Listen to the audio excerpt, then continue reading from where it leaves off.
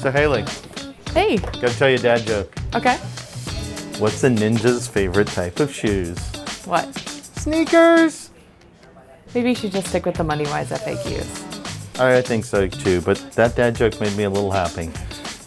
And Sean, we are constantly hearing from clients that they received an audit, a letter, a notice.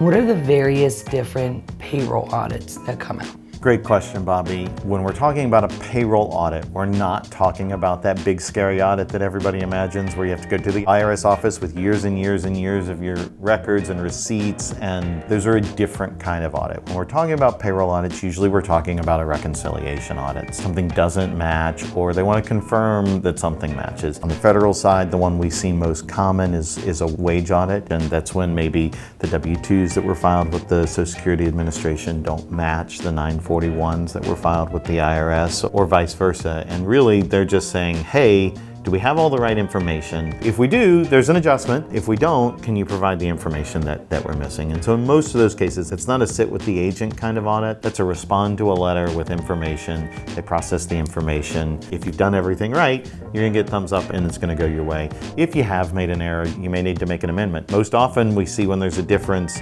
either something hasn't been processed, usually an amendment or a corrected W-2, or on occasion, you may find that either a 941 didn't make it, or somebody's W-2 got truncated. I know it's all electronic, but even in those electronic files, things can be garbled from time to time. What other kind of audits? I know we see plenty from the state. You'll occasionally see a state audit in Virginia. The Virginia Employment Commission has a mandate as an agency to review every employer's wages over a 10-year period. And so they will randomly pluck out a handful of employers every quarter, and each agent will have to reach out to those employers and say, well, we need your payroll data and we need your bookkeeping data. And what they're looking for is did you pay wages that you didn't report? That's what you'll get out of most employment or unemployment agencies, is they want to make sure that you've correctly accounted for everybody that you employed. There's an idea out there that there's a thing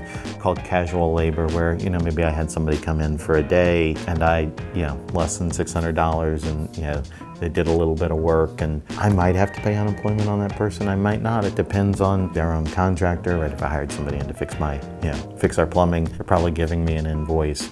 I may or may not have to give them a 1099. Definitely don't pay unemployment on them. If I bring in somebody to fold a bunch of letters and prepare them for mail, they're really my employee, and it doesn't matter what I pay them. I should treat them as an employee. That's what your employment commissions might be looking for in that. Are there any other kind of audits floating out there that? There are numerous audits, right? Your 401k company probably does an annual review of your 401k plan to make sure that it's compliant. I know we've talked about time and attendance and overtime and labor management. If an employee feels like they were paid incorrectly, you may have a Department of Labor wage and hour audit to review that you've collected time appropriately and you've paid appropriately. Most employers that have good record keeping don't have a problem. In all of these audits, the things to remember is if you've got great records, you're in good shape. Make sure you understand the length of time in which you're supposed to keep your records, and everything is different, so I won't try and speak to that here, but know that you need to be keeping your records for a number of years to make sure that if there's ever any question, you can substantiate the decisions you made. I know one of the things we try when clients call is there's nothing personal. You didn't do anything wrong is the biggest thing I have to tell them.